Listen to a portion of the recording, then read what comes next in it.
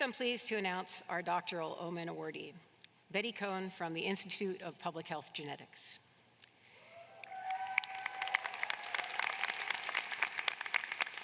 Betty Cohn is a PhD candidate in public health genetics at the University of Washington and a trained bioethicist holding a BA from Binghamton University and a Master of Bioethics from Johns Hopkins Berman Institute of Bioethics. Her research examines the ethical, legal, and social implications of emerging biotechnologies, including direct-to-consumer genetic testing and polygenic risk scores. Using qualitative methods, her dissertation explores how individuals who discover a misattributed parentage experience through genetic testing navigate these findings, with a focus on online communities as sources of social support. Betty aspires to become an independent principal investigator at an academic institution. Please join me in welcoming Betty to the podium.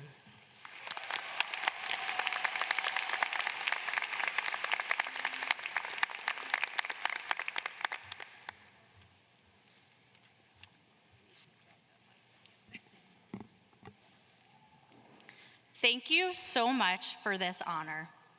When I learned that this award was named after Dr. Gil Omenn, whose vision made the Institute for Public Health Genetics possible, it felt like a full circle moment. He championed the creation of this program and never stopped believing in what this institute could do. And what it could do is produce people like us. So Dr. Omenn, if you're watching, it worked.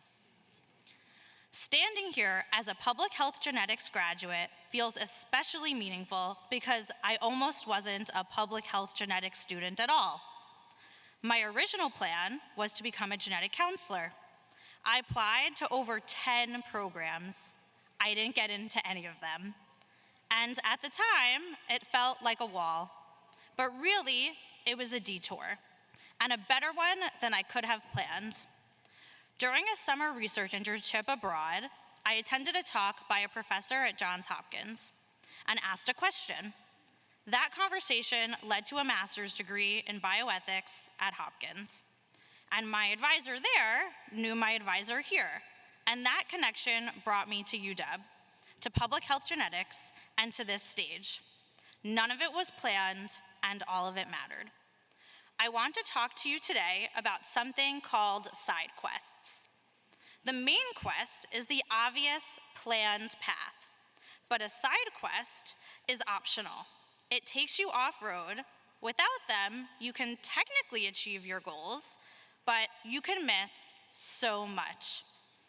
Graduate school, I've learned, is full of side quests. During COVID, when meetings moved online, I made a small but deliberate choice. I always turned my camera on, and I always asked one question, even if it felt awkward. After my first year at UW, I cold emailed a researcher I'd seen at those seminars. She remembered me, the person with her camera on, the one who asked questions. And that email turned into an internship, the first successful side quest at UW. I once TA'd a nutrition research methods class. Nutrition is not my area of expertise, but I was trained in research methods, and with the guidance of amazing faculty here at UW, I helped teach the class. At the end of the class, one student approached to work with me on my research. She became a second coder on one of my dissertation aims. That collaboration will become a publication for both of us. Another successful side quest for both me and another student. In my second year at UW, I took an elective class, and for the final paper, I wrote a literature review on a topic I was curious about. My professor encouraged me to try to publish it. So I cold emailed researchers whose work I had cited. 2 of them said yes. That paper is now published in Genetics and Medicine, another successful side quest. And I want to be honest with you, it's not easy to be in public health right now. The last several years have tested this field in ways none of us expected. There were moments when I wasn't sure what I believed about the institutions I'd given my energy to. But each time I hit a moment of doubt, I looked for a side quest, something that renewed my faith in what public health can be and what academics can do when they are passionate about the work.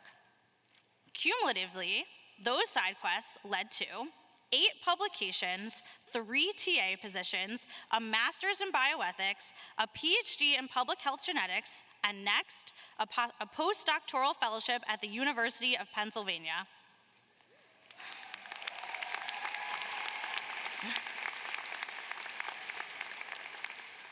None of that was planned, and all of it came from saying yes to the unexpected. So here is what I want to leave you with. Your path does not have to be linear. In fact, the best ones rarely are. You will face things that look like roadblocks. Some of them will genuinely be hard. But I hope you'll look at each one and ask, is this a wall or is this a stepping stone? Choose to step up. Say yes to the side quests, turn your camera on, ask the question, send the email, TA the class outside of your expertise. You don't always know where the path may lead, but you will always be glad you walked it. Thank you, and congratulations to the class of 2026.